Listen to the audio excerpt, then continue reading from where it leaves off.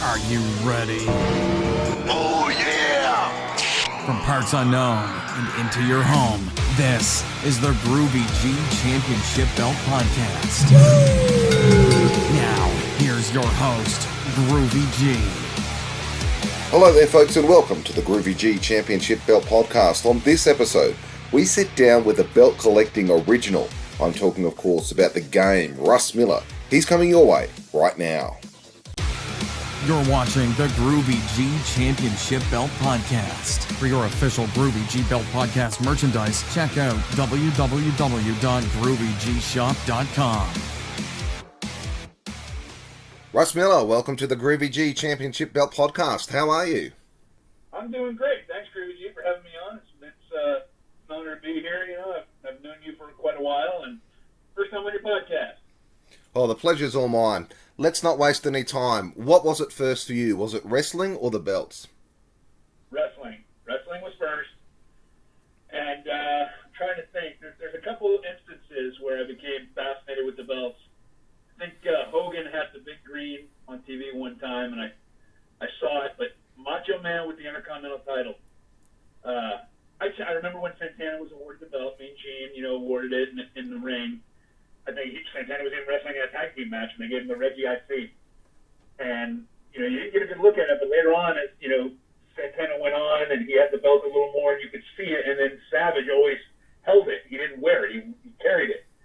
And that's what had me. And I was just, from that minute on, I'm like, I got to have these. And then I started taking notice of the NWA and World Class and the UWF, and I'm like, wow, these are cool. I wonder who makes those. And, who would have thought that, 30 plus years later, here I am, good friends with Reggie and Dave and, the guys that do them.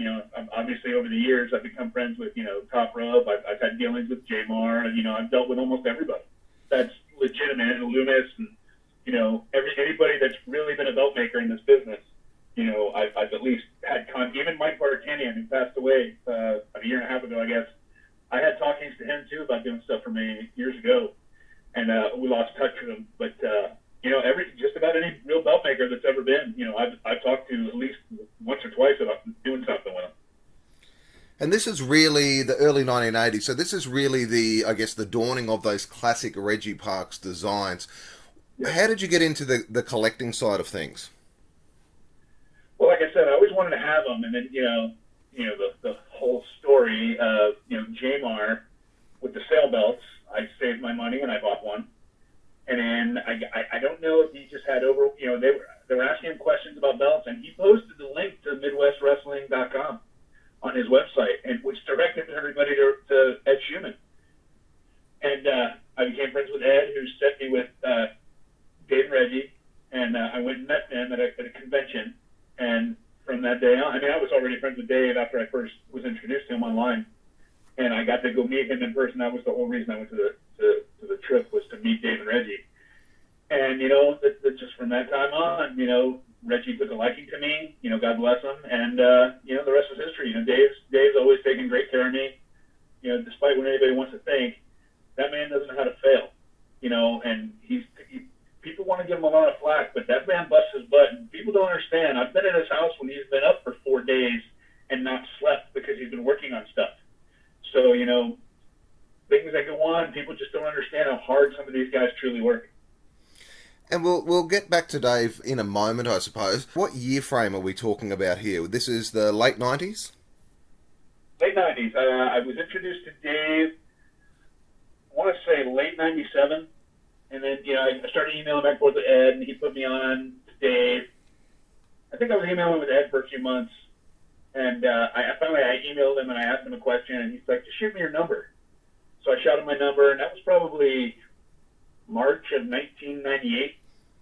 And he set me up with Dave. And Dave and I talked for a while because, you know what? It was a lot of money. And I was skeptical, as always, as everybody should be. When you're into investing a lot of money into something, you want to check into it and stuff. And back then, there was no frame of reference.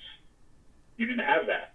But I got online, I got into some of these groups, got into the Yahoo groups, and we got into, it turned into Slam Fans, and turned into Belt Marks, which turned into Belt Talk, and, which is, right now one of the bigger groups on its own website.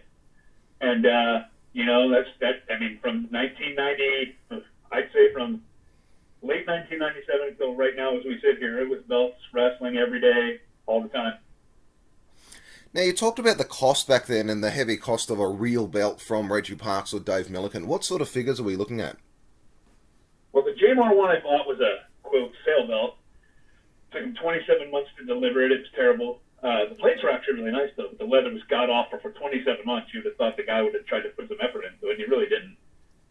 And I sold it, and then, so I think I paid $600 for that.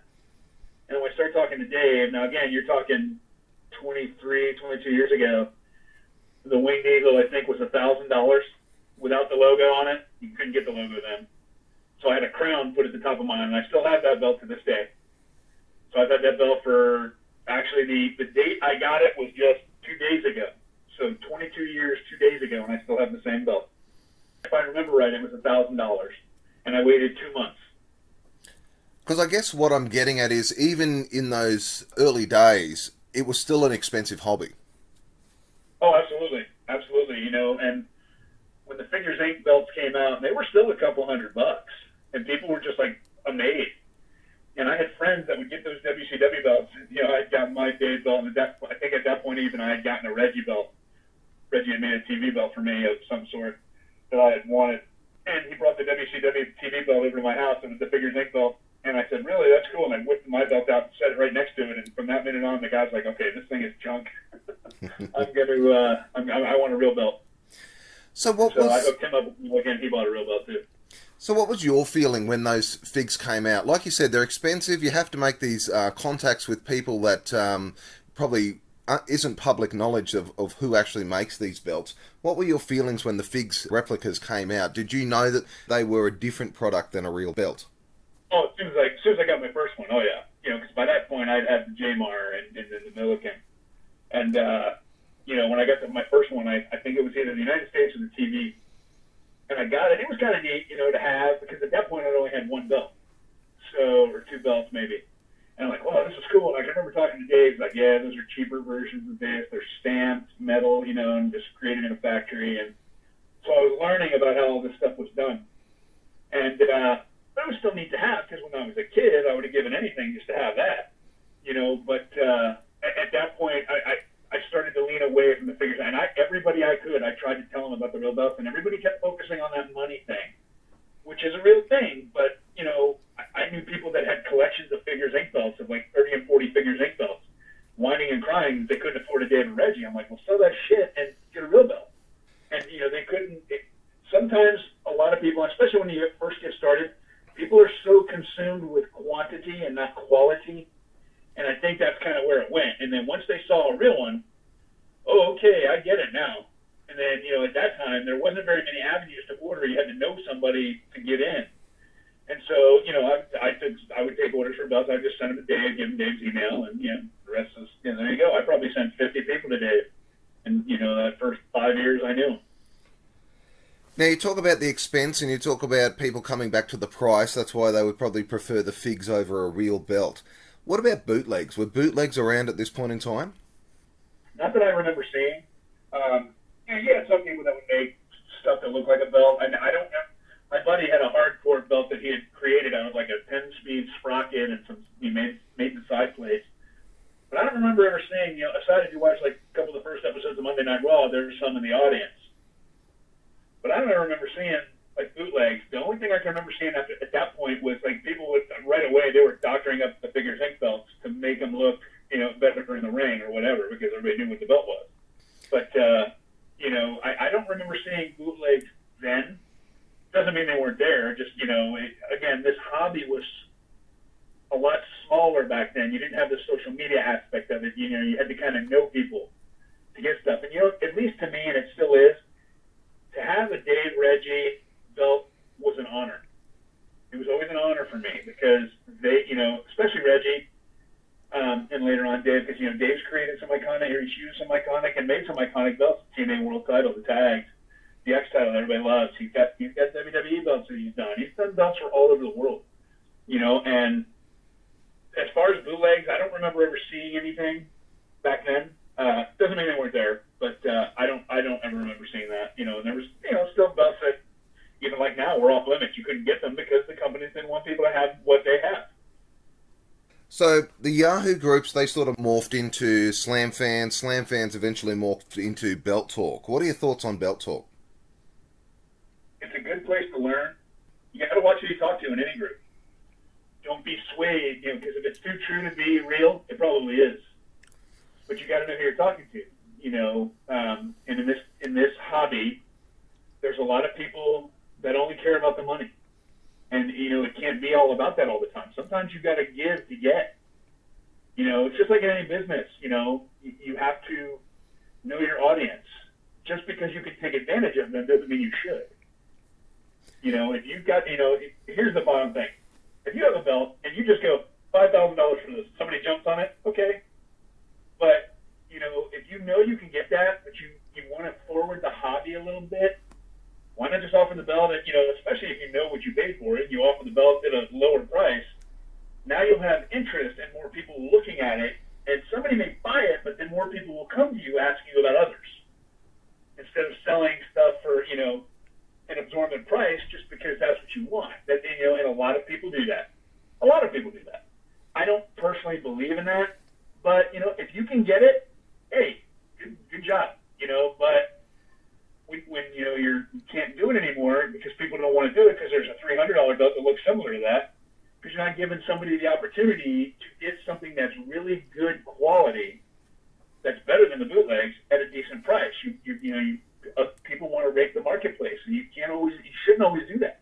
You should give people that fair shake. And I get capitalism, and I get making the money. I fully understand that. But if you could forward it to 3 or 4 people who will then forward it to 3 or 4 people who will then forward it to 3, you look better in the end. That's just my philosophy of that. If you get the opportunity to help out, it's okay to make money. Don't get me wrong. But, it's just like if you have a car and your neighbor needs a car, and that car costs you $1,200. You've driven the car for 3 years. Now this guy needs a car, and he goes, "Hey man, I got $600. You got something you can help me with?" And you've got another car. Sell your car at $600. Give it to your buddy. Help him out. Now unfortunately in this business, what happens is people will play, like, "Oh, can you help me out with it?" Next thing you know, the belt's online for 10 times as much.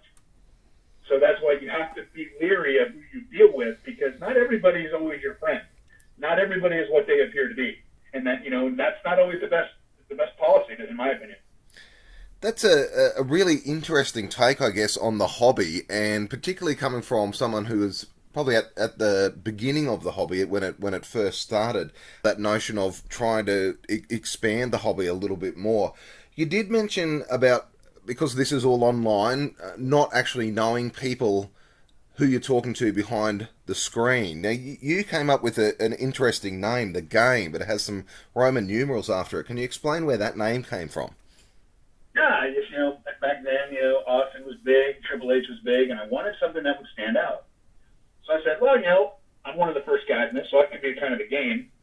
And I wanted Austin behind it, and I tried to do the 316, because, remember back in the day when you had to type it in and see if that handle was available. Well, it wasn't. So I tried to come up with something different and unique with the letters.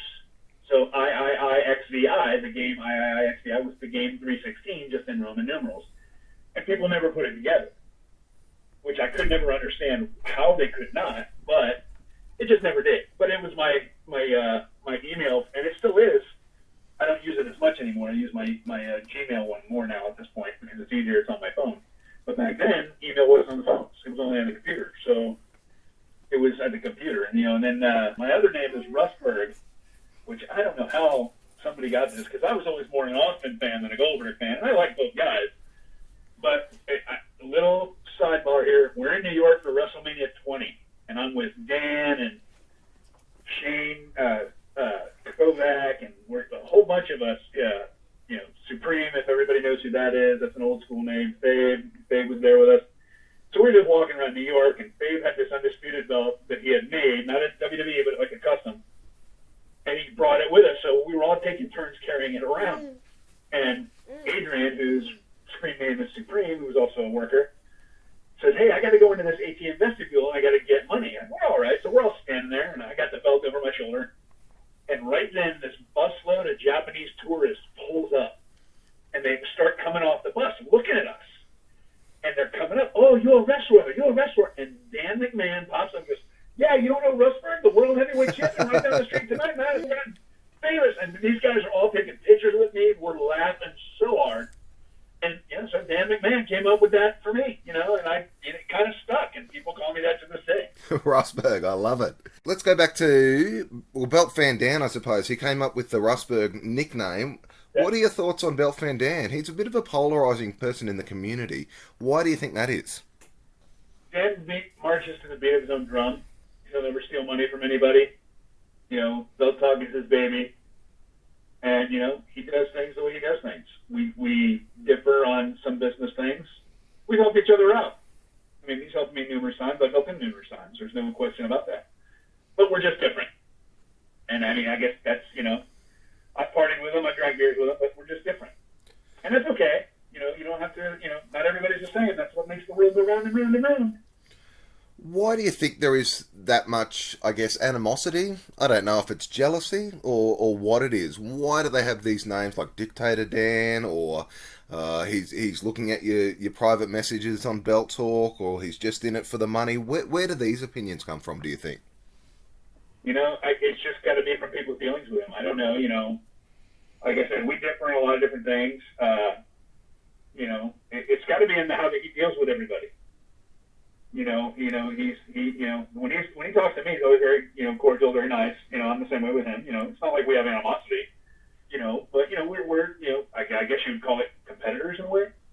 But it's got to be in how people deal with him and how he talks to people. I guess I'm sure people talk to him about me, and they talk to me about him. I don't throw anybody under the bus.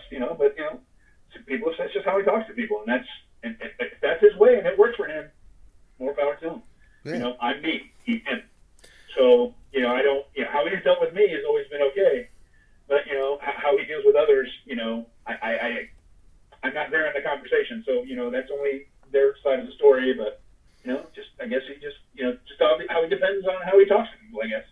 And that's what I guess that's why I asked you. Something I could never really wrap my head around, because in any of my dealings with Belt Van Dam, he's always said what he's done and done what he's said. I've never had any bad words with him or against him, but that's why I was trying to get your insight as to maybe you would know where that animosity comes from, but apparently not. He's done the same for me. If he tells me he's going to do it, he does it. If I tell him I'm going to do something, I do it. But me, dealing with him, it's not, we're not all those other people. So I don't know. And it's, he's even said, in a way, kind of he plays a character on his group. And I guess, I don't know. I can't speak to that because I'm not aware of it, just whenever, if people just get that vibe, that people get that vibe. I mean, not everybody can like it. Not everybody's going to be liked. And I guess that probably leads back to another question I was going to ask you. We talked briefly about the working behind an avatar, working behind a screen name, and Belt Van Dam saying that perhaps he's working behind a screen name as well too. Was the wrestling belt collecting community always very secretive? Well, it's not that it's secretive, just that people don't need to know everybody else's business. This generation of collectors, they want to show off everything. And, there's a lot of jealousy in this hobby. And, just because somebody's got something doesn't mean they should show it. All the people that have ring use stuff, why do you think people that have a lot of the ring use stuff don't show anything? It's not people's business. They collect for themselves. And it's okay to show your stuff if that's you. It's not that it's secretive. It's just that other people, you shouldn't always advertise everybody's business, because in this hobby, people like to get in to everybody else's business by pretending to be your friend, and you're really not. And there's a lot of that. And so, if somebody comes in, they're your friend for 2 days and start poking around asking you questions, I'd be a little suspect of that.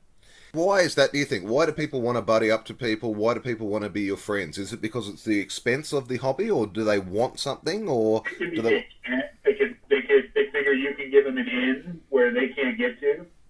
It's just like anything else in, any business. Anybody that's close to a sports team, anybody that's close to a celebrity, why do people buddy up? Because they want access.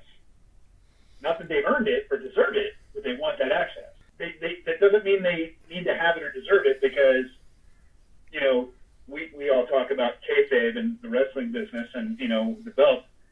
There's a reason why kayfabe always existed, because not everybody needed to know. And they don't need to know. And it's still to this day. And you know what? Everybody wants to know everybody's business. And, there's a reason why I don't post a lot of my stuff anymore, because people don't need to know what I've got. I post some stuff here and there, but my collection is for me, not for the world.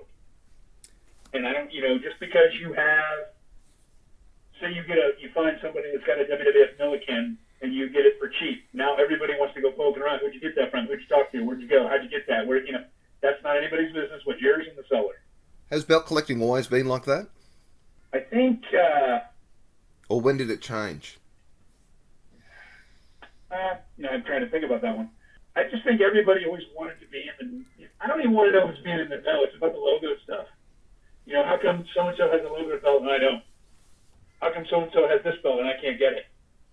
Well, just, again, it goes back to the whole thing. Like, if you own a used car lot and you're selling cars, who's going to get the best deals? Your buddies. Right? Absolutely. So, and your buddies keep things quiet and they won't tell everybody what they paid for your car. Or that you got it at whether it's a discount or, the fact that he actually sold it to you when nobody else would because of your credit or whatever. So, the fact that people have stuff, I think it's like a jealousy factor. And so be it. Let them, what I have is what I have. I don't advertise it. I don't brag about it. I'm not better than anybody else. I just don't show my stuff off. Number one, in this day and age, I don't want the bootleggers to try to copy it. Number two, it's I collect for me. If we go to a show and I have, a WWF belt there that I have, or a WCW or an NWA or Ring of Honor or whatever I've got, and I bring it, it's, okay, I'll bring it, let everybody see it, I put it away. It's not, it's not for public consumption. It's something to have fun with, and I don't understand the jealousy factor behind all of it, honestly. It's a friggin' belt. So what?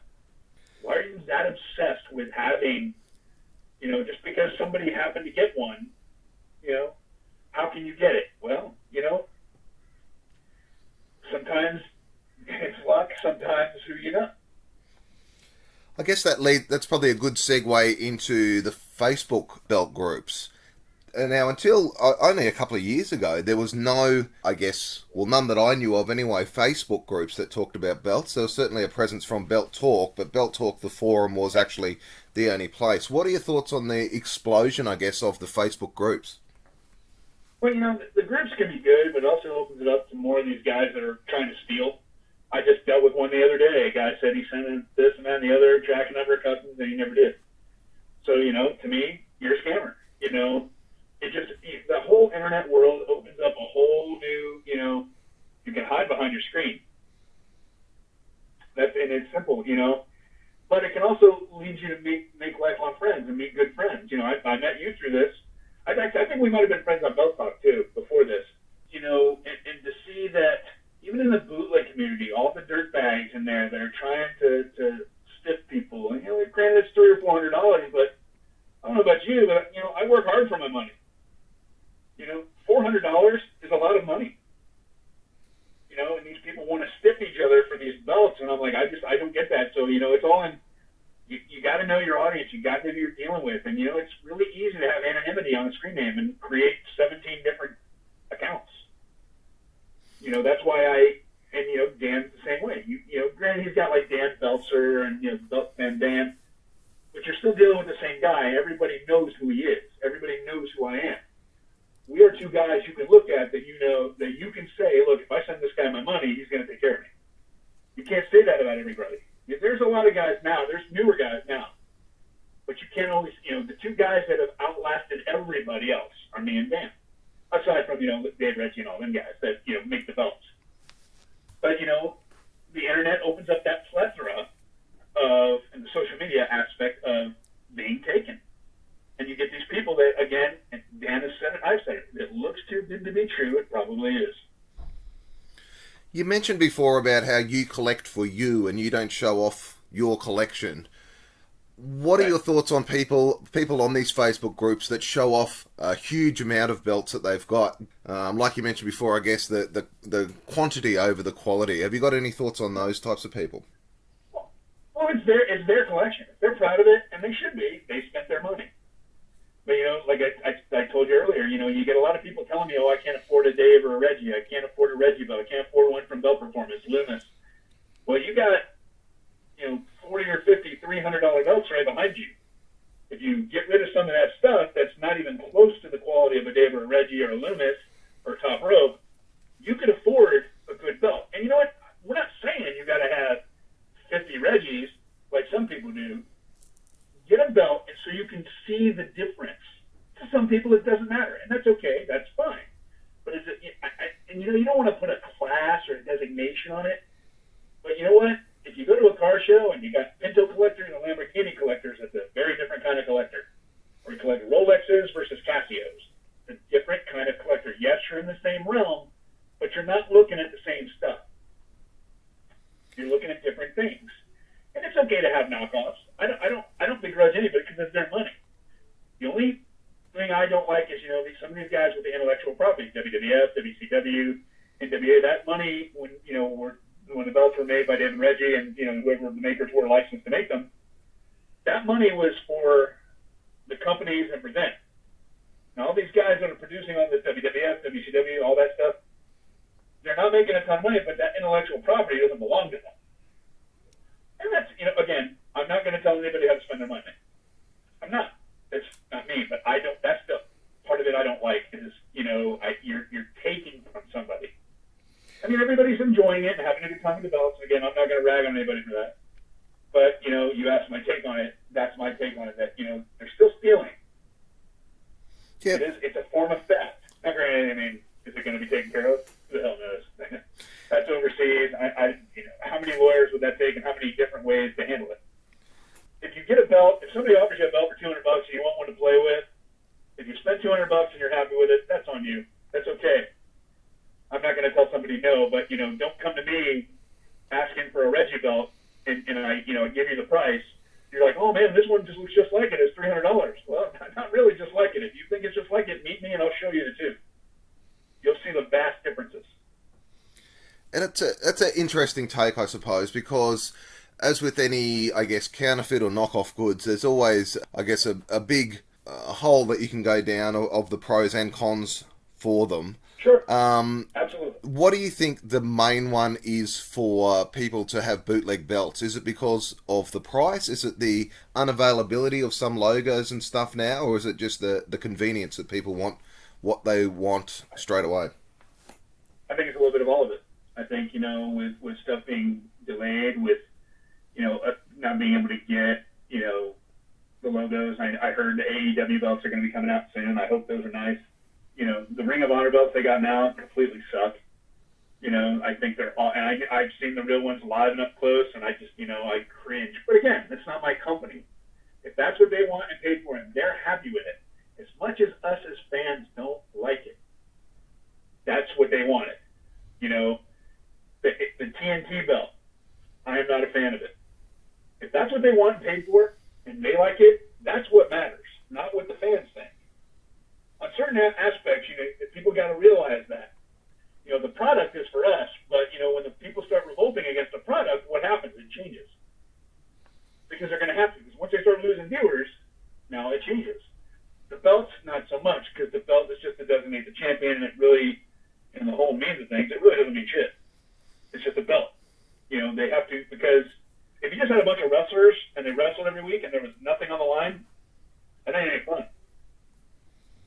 Well, so the belts, why are they fighting? I think kind of just came off by accident. Honestly, we have all of us fans that like the belts. I just think that the belt thing kind of took off, and we're still a small little part of the wrestling community, but they're making hundreds of millions of dollars on those replicas. They are. Oh yeah, they wouldn't be because they wouldn't be making them if they weren't making the money off them. Exactly. One last thing I wanted to touch on with bootlegs and the Facebook groups. What's your take on those middlemen? They call themselves influencers, or guys that think they stumble onto a Pakistani maker and they can get a few belts real cheap and try and sell them on. Have you got any thoughts on them? That's on them. If they lose their money, they lose their money. I got friends that do it, and that's okay. But you got most of them that do it are very, very new to this hobby, and they don't know anything. They don't know what it's like to be in this hobby for the real stuff, the real thing. But to have a Reggie Parks or Dave Milligan, Top Row, DMR, to have one of those used to be like a badge of honor, and I still consider it to be. If they're making money and doing it that way, that's fine. But if they get shut down, I'm not going to feel bad for them. Even though they're my friends, they all know my take on it, and I don't begrudge any of them. But they know my take on it, and if they don't think it's wrong, that's fine. But it's not like something we argue about because I've given my take. And again, if they're making money, and that's up to them. But if it gets shut down, I'm not going to feel bad. I don't ever, I'm not one of those guys that gets online and tries to get everybody in trouble. I've never done that. Because come on, we've all got skeletons. If that's how they want to do it, and that's it, and they're doing okay, that's fine. But for me, I wouldn't want to sell a belt that wasn't authentic. Just like we talked about earlier, I wear the Chinese jerseys for football, okay? Because I'm not spending $250 for a jersey, but I wear it for me in the bar. Nobody cares. Nobody knows. That's the only time I do it. Is it correct and right? No, because again, you're stealing an intellectual property from the NFL. But I don't resell them. I don't buy them. I'm not selling them to make money. I wear it for myself. And not everybody looks at it that way. They want to sell and make money where they can. And that's fair enough. That's capitalism, I guess. But that's just not me. If they want to do it that way, they know my take on it. And, that's in the immortal words, and that's the bottom line. Let's change pace here a little bit. Some favourite designs. Have you got a top 5 or a top 10 or a top 1? What are your favourite designs and why? Oh my God, I could go on all day about this. My favorite design of all time, I think, would have to be the Reggie Intercontinental, because that was the first one that I really got noticed. Savage and the following ones with the Rays logo. The Universal Wrestling Federation TV belt, always a favorite. The TNA World Tag Team belts that Milliken made, in my opinion, are the best looking tag team belts ever done. I'm just saying by style and look. The tag team belts that mean the most to me, just like the world title. Now, they didn't all make those, but, the NWA World title and the NWA World Tag Team title, those were the preeminent belts when I grew up. Now, granted, it morphed into the WWF overtaking all of that. And those belts mean a lot to me as well. I had the WrestleMania 1 tags at one point. And I've since sold them to the private collector. I had them a couple times, actually, for various reasons and to help people. And I sold them for once, and I bought them back and sold them a couple of times. And they're in the hands of a private collector now, and he loves them. That's a great design, too, the old national tag, U.S. heavyweight, that style. The NWA TV belt, it was the WWF title, too, the Pacific Northwest style. I mean, that's iconic. AWA World Tag Team belts. The blue leather NWA tag belts, love those. I have a set. I have a set of the all gold WWF Reggie tags from, I'd say probably, what year is that, 1989, when they went to gold with the taller side blades instead of the 2 square ones. Because if you notice, you look back, the Intercontinental and even the World belt, the 85 and 84, their side plates were the same size. And a lot of the older belts, the side plates are the same size. So when they went to the new tags and then the different Intercontinental, the side plates were each different. The one was larger and the one was smaller. And the same thing with the Hogan 86. The one side plate's larger and then smaller. Well, that's just about all of the belts that I guess the current collectors like to focus on, all those classic designs. You mentioned Dave Milliken before. Now, I have to ask, because there's a disconnect between people ordering through him and Reggie Parks, well, not, I guess, Reggie Parks, but through Rico Man, and things getting delivered. Have you got any inside knowledge on that, or thoughts on that? I have no idea, because I'm not aware of their business on that. Whoever ordered, I've been told stuff that people have ordered, but I have no idea on who ordered what, where, and when. So, as far as that, if people buy from me, that's, I have that knowledge. But somebody will say, I ordered from Dave. And okay. Well, I don't know anything. I don't ask Dave, because that's his business. And, I was taught, mind your own business, watch your own yard. And I'm not going to question somebody like Dave who's been so good to me, and get into his business, because then, that's another disconnect that, people shouldn't want to have that disconnect. Dave, to me, has always been a good friend. He's always delivered. To me, Dave doesn't know how to fail.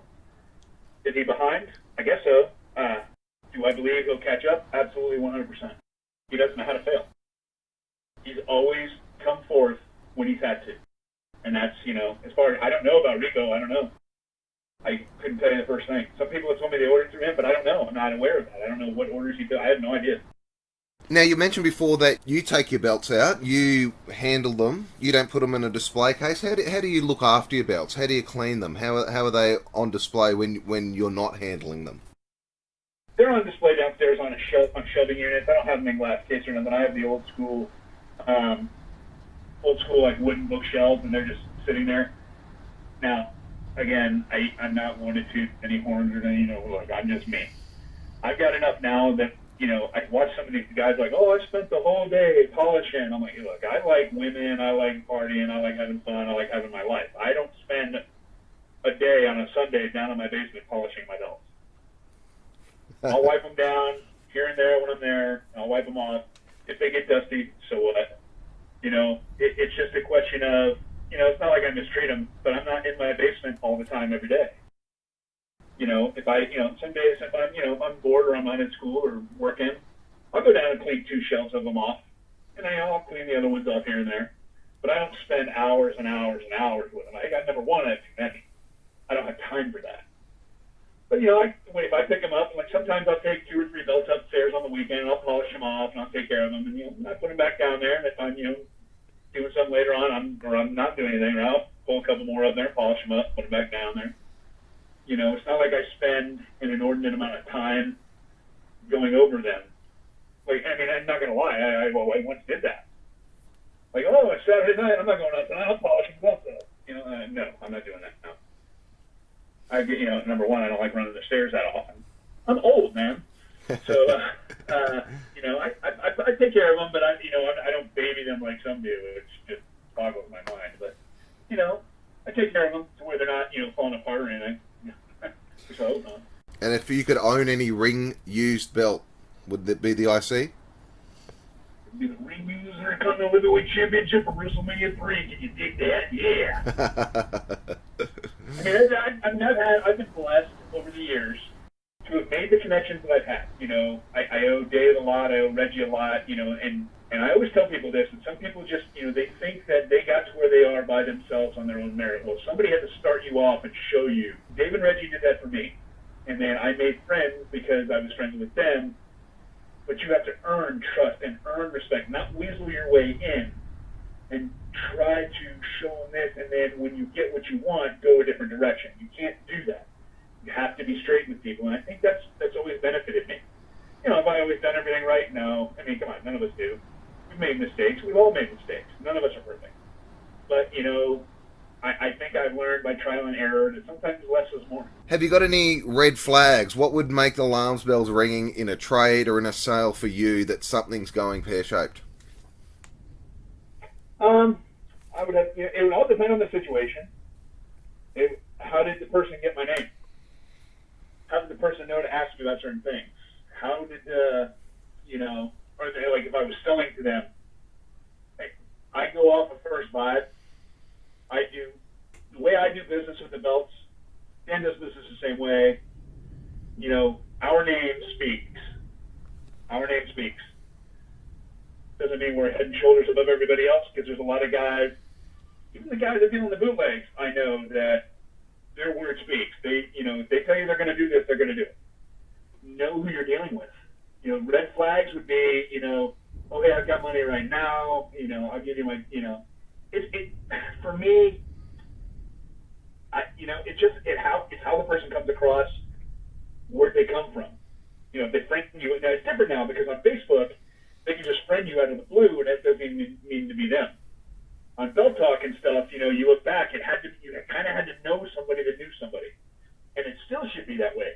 But what happens is people get these belts and they go, oh my God, I got an opportunity to get this belt. I'm jumping on it right now without checking. And next thing you know, your money's gone. So you have to beware of situations. Don't fall into something. If you have a question, ask one of us. It's that simple. Now the bootleg thing, I don't get into all that. If you got a question about it, like I said, I know some of those people. I know who you can and can't trust a little bit on there, but I don't deal with a lot of that. If somebody rips me out for $200, that's pretty bad. But, you know, when you're dealing with Reggie and Dave, you're talking thousands of dollars. That's a lot of money. And that's somebody's life. That could, you know what? That could be somebody's, they could have saved for 6 years for that belt.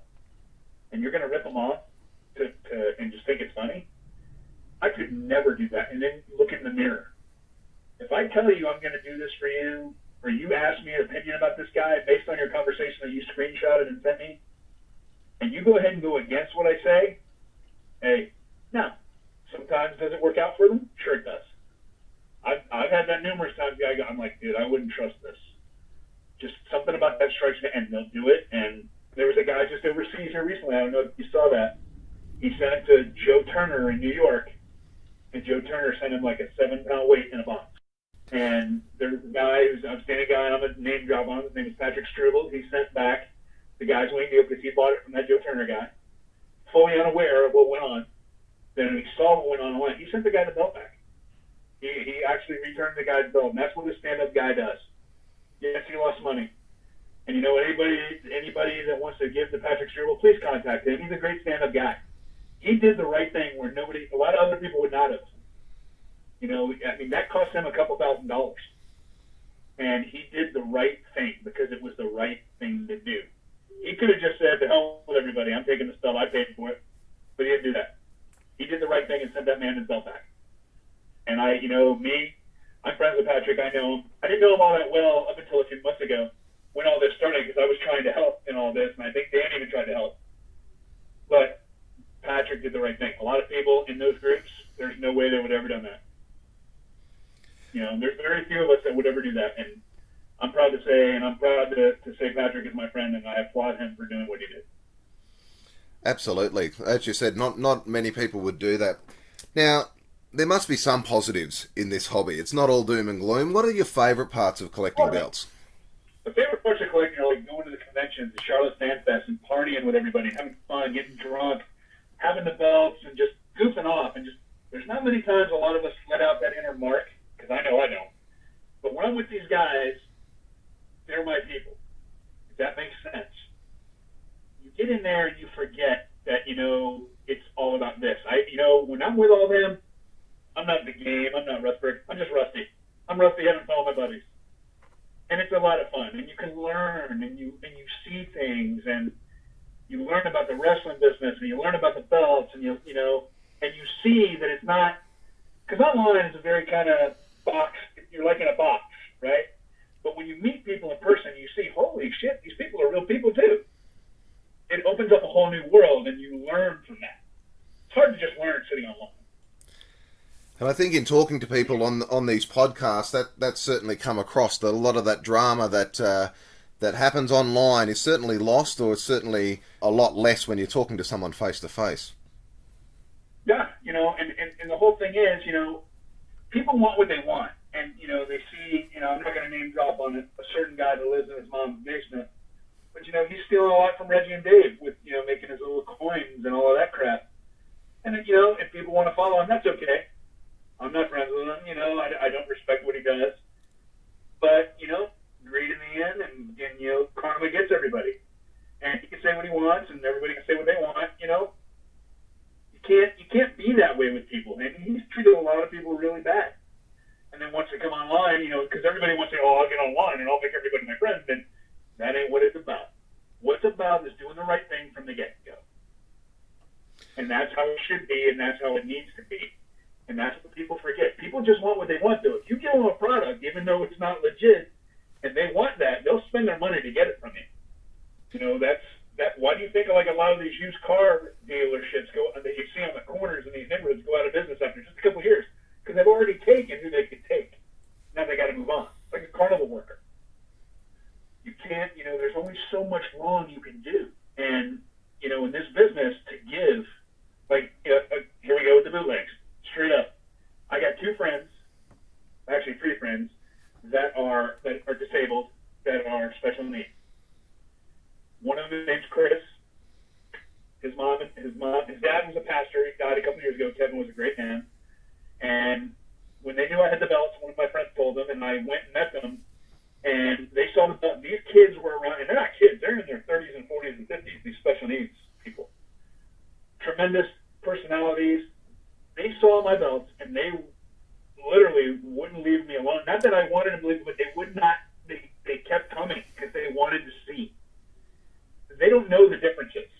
They have no idea. It's not like something you can teach them, because to them it's genuine, because their feelings and their heart are genuine. So I always told his mom one day, I'll get him something. A few months ago, opportunity arose. I got him a set of Raw tag team belts. I asked his mom, and I have one, and he has the other. I had his name put on it. And so him and I are the Raw tag team champions. I took care of that for them because they're my friends. And, he to this day, now this was probably about a month and a half ago, he carries that belt every day. He takes it from his nightstand to the couch, sits with it all day, carries it around, and just belt. And he just, it's so excited to this every minute. And at night, he puts it on the table, he polishes it off. Nobody's allowed to touch it except him. That warms my heart. That's the good in this business. My other buddy, Janile, he's autistic. Great kid.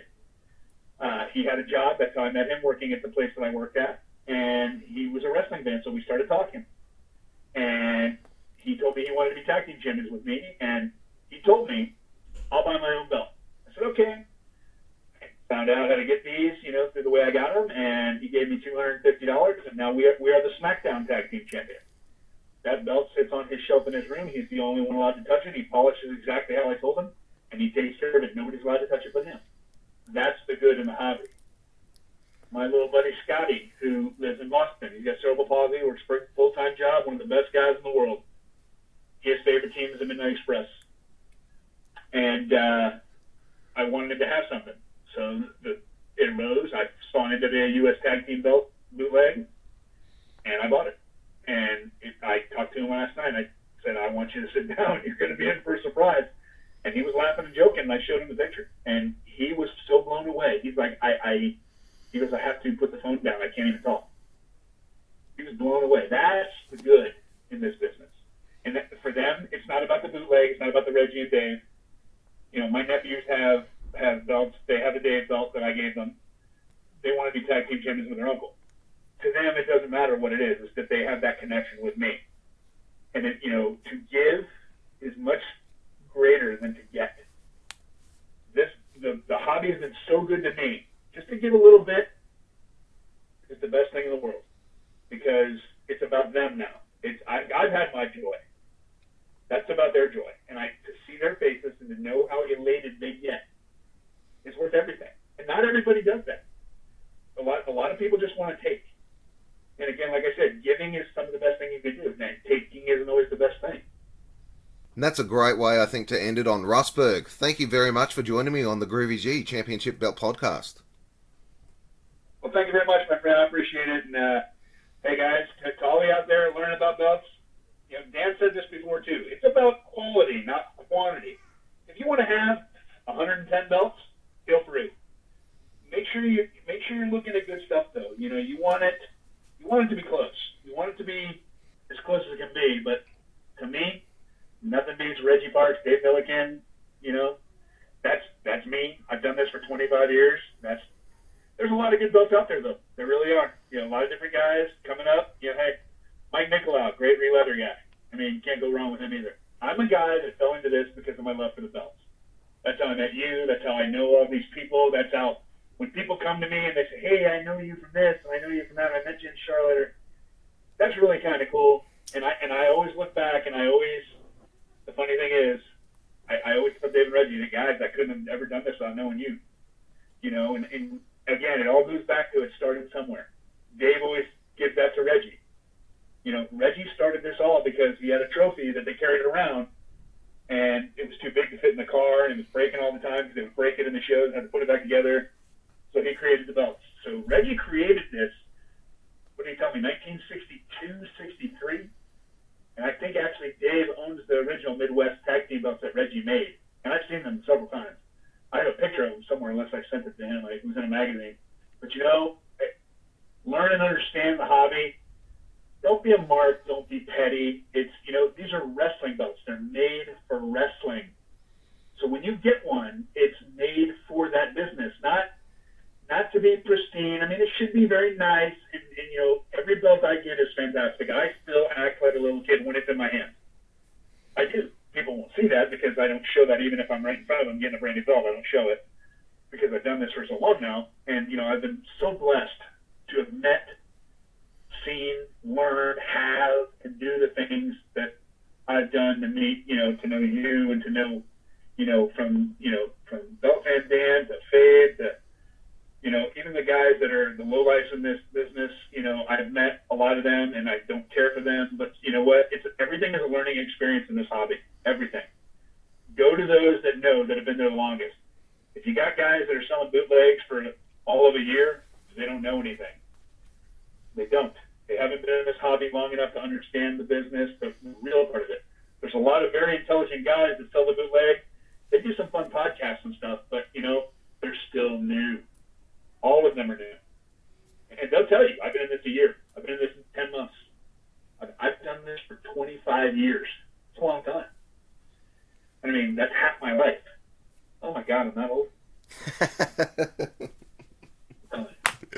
But thank you very much for having me, Groovy G. I appreciate that, and it means a lot, to finally get to chit chat with you a little bit across the world, like we were talking about, and to spread this about the belts and about the hobby, because to me, it's the best wrestling hobby there is. For me, because I always loved the belts, and I always thought that being the champion, whether you're the regional champion, Florida heavyweight, Georgia heavyweight, to the world heavyweight champion, all those belts meant something. They always meant something to me. I mean, if you were the champion, man, you were the best. Yeah. And that's what, in this hobby, that's what I always wanted to be, is the best. Am I the best? I don't know. Time will tell. People will say, hey, they can always say, hey, when I met Russ, or I talked to Russ, he seemed like a good guy. I try to do for people. Hopefully I do enough for people, and hopefully they like me. If not, it happens. You're watching the Groovy G Championship Belt Podcast. For your official Groovy G Belt Podcast merchandise, check out www.groovyGshop.com. Now let's take a sneak peek at what's coming your way on the next Groovy G Championship Belt Podcast. On the next episode of the Groovy G Championship Belt Podcast. On the next episode of the Groovy G Championship Belt Podcast, we take a close-up look at a Reggie Parks-made NWA United States 10 pounds of silver. In the meantime, make sure you don't miss a thing by subscribing to this YouTube channel, and you can join in the conversation on Twitter at Groovy G Belt Show or on Facebook. Until then, take care. It's bye for now.